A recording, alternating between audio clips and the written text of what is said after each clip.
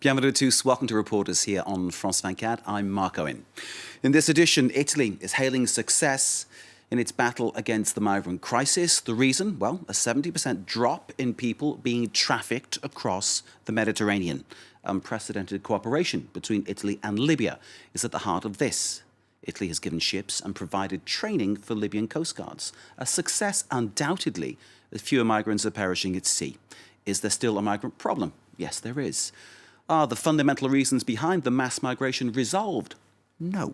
But Italy has come up with a quick fix that might just continue to save lives, as well as provide a political solution for the government of Paolo Gentiloni.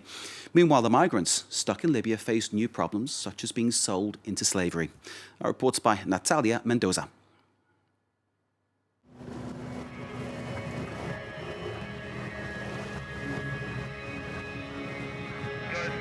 The Mediterranean, just off the Libyan coast. The crew of the Aquarius, a boat chartered by SOS Mediterranean, an NGO that assists illegal immigrants, are preparing for a rescue mission.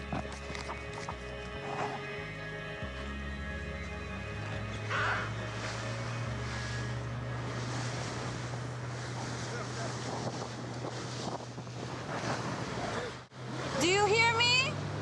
Vous m'entendez? Bonjour. Hello, you speak English, français? Français, d'accord. Il faut que vous m'écoutiez. You must listen to me. We're a humanitarian organisation. We're going to bring you onto our boat. We'll take you to Italy, Europe, okay? But it's important that you remain calm and quiet and that you listen to us. We're going slowly, one by one, okay? We're going to give you life jackets. 50 or so migrants have just left Libya on this dinghy. All good, guys. Just one guy's getting a bit of pressure on his legs, so we're going to need to get him standing up before we distribute. And they are trying to reach Italy. Guys, we're going to distribute to the aft, remove some people from the aft, and then ask these guys to the Once front on the and boat, the back. the NGO Doctors Without Borders takes over. Bienvenue, mon ami. Welcome, friends. Are you okay? Very good. Let's take that off. Since last summer, these scenes are becoming more and more rare. This 68-metre boat can carry 500 people. But recently, it's been navigating almost empty.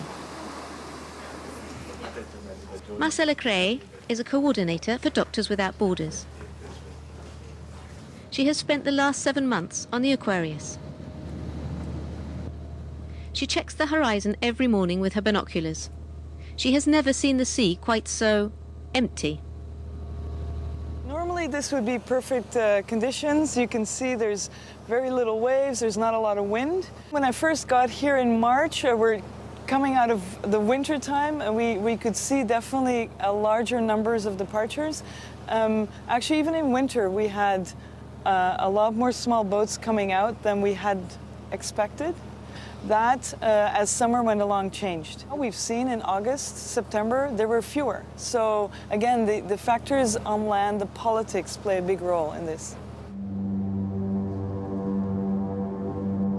The political situation that Marcella mentions is personified by one man, Marco Minitti, the Italian Interior Minister, a specialist in intelligence. His success story? Negotiating directly with the Libyan Navy so that they stop all the illegal boats. The first step is the control of the Libyan territorial waters. We've started to train the Libyan Coast Guard. We brought them to train in Italy, and they've graduated as sailors. We gave them 4 patrol boats, and before the end of the year, we'll give them 6 more. Since the summer, the number of migrants arriving in Italy has dropped by 70%. To all appearances, it would seem that Minitti's tactics are a success. But there is a dark side. Lorenzo Cremonesi, a journalist from Corriere della Sera, exposed the scandal. He revealed a secret deal between the Italian Interior Ministry and the militias run by the traffickers in Sabrata. This city is also known as smugglers' capital.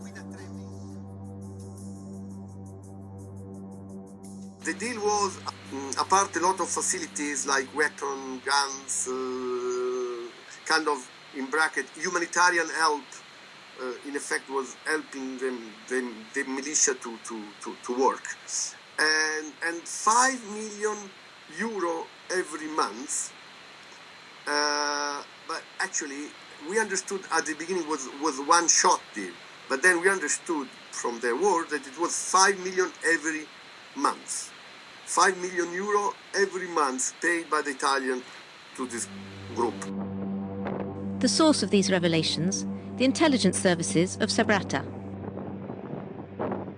They had the proof of the meetings between the brother of Ahmed Dabashi, the brother who is the head of one of the militia, who is, because Dabashi is wanted, so he cannot move. His brother is still, between bracket, clean. So they were meeting in Tunis. They even told me the name of the hotel in between end of June and beginning of July. They were meeting in Malta. They gave me even the number of the flight. There is a private flight every day almost from Tripoli to Malta. They told me which day, where it happens, which hotel. They spied this guy.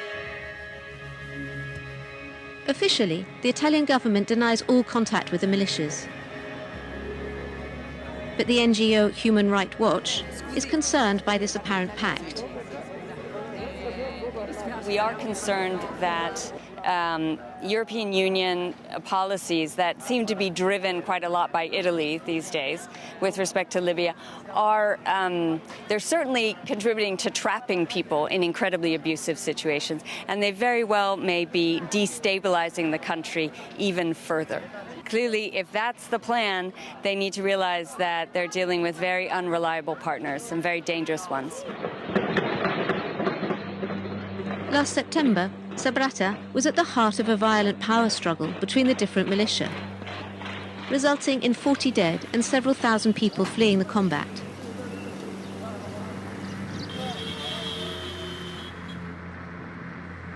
We were able to go to Sabratha to interview the mayor, Hussein Dawadi.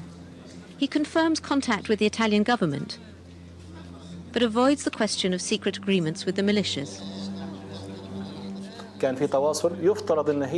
There is aid from the Italian government that will shortly arrive in Sabratha. We have discussed this with them and established this cooperation for the benefit of the town. But any other deal or non-official approach I cannot comment on, because I have no proof of this.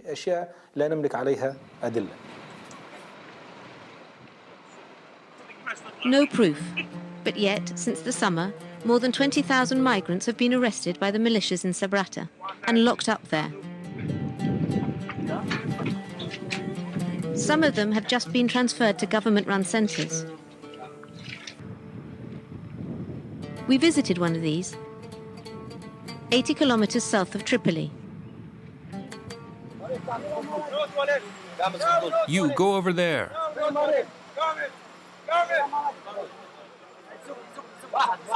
One at a time. Colonel Abdel Hamid Said is the director of this centre.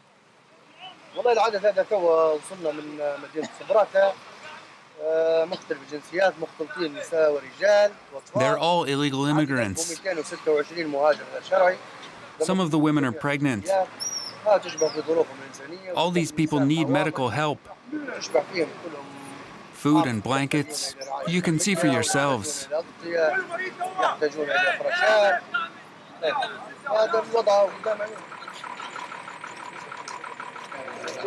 Here, they are also aware of the alleged deal made between Rome and the militias. It's true that we've heard that certain militias in Sabratha received aid from Italy to stop illegal immigration. But here, as a center that's dependent on the Ministry of the Interior, we haven't received anything.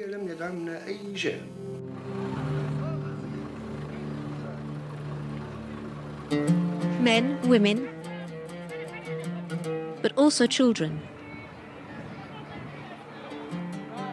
More than 3,000 people are stuck here, without due process and without the possibility of assistance. They spend their days in containers that overheat under the sun. The director tries to put on a good show in front of the camera, even using the centre's translator to help out a little bit. When did you arrive in Libya? When did you arrive? 6 months ago. And when did you arrive in this center? And here? How long have you been here? Yesterday. How have you been treated? Say you've been well treated here. I came from Sabratha. He says he came from Sabratha. Okay, but ask how he's been treated here. Listen, he wants to hear that you've been well treated here.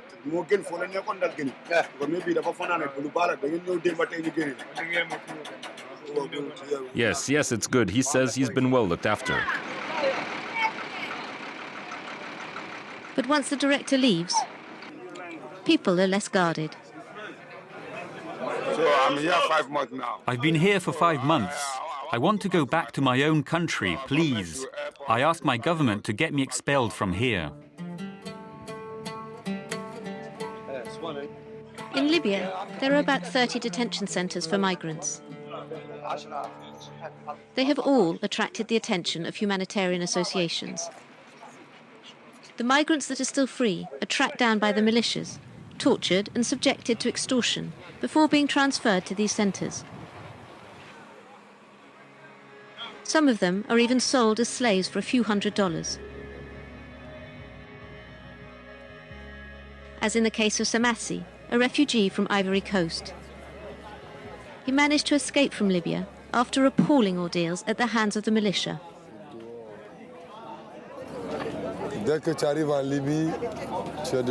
As soon as you arrive in Libya, you're sold. In Libya, you're sold, made prisoner, subjected to forced labor. I was tortured. I was imprisoned. I'm telling you, I still have pains all through my body. They electrocuted me. Look, see, the electric current did that. Can you see? And the screwdriver did that. They take a screwdriver and stab you so that you call your parents and they send you money. I've seen people die in Libya. We didn't ask for this. Libya must understand that treating us like slaves is not the solution.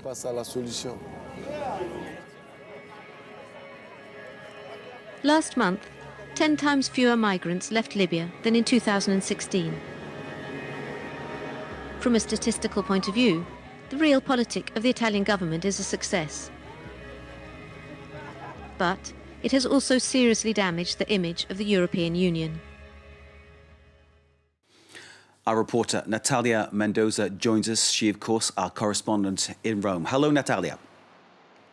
Bonjour. There were many difficulties in filming this report. Tell us something about those. The hardest thing in Libya was, particularly in Sabratha, the week when we were filming, fighting broke out between rival militias, and we had to stop work because of safety concerns.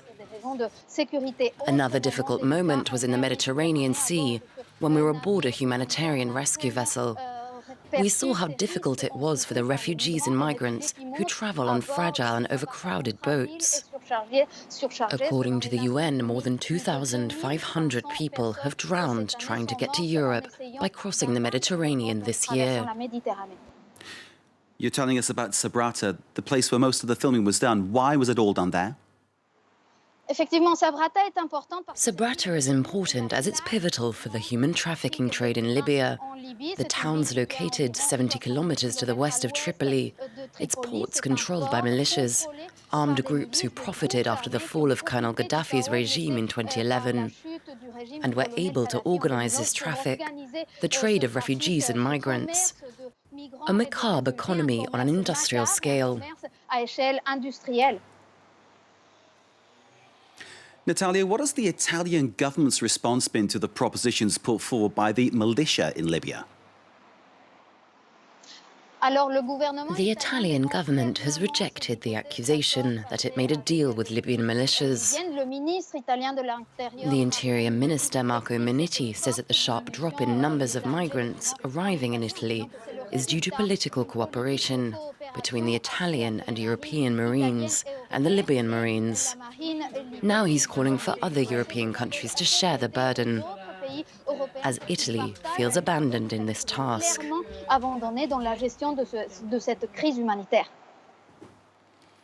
And Natalia, how do you see things over there developing from now on?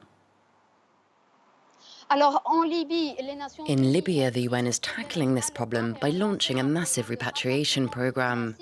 This December, 15,000 people should be evacuated and returned to their country of origin. Humanitarian organizations fear that there will be more deaths by drowning in the Mediterranean after a new code of practice was imposed by the Italian government.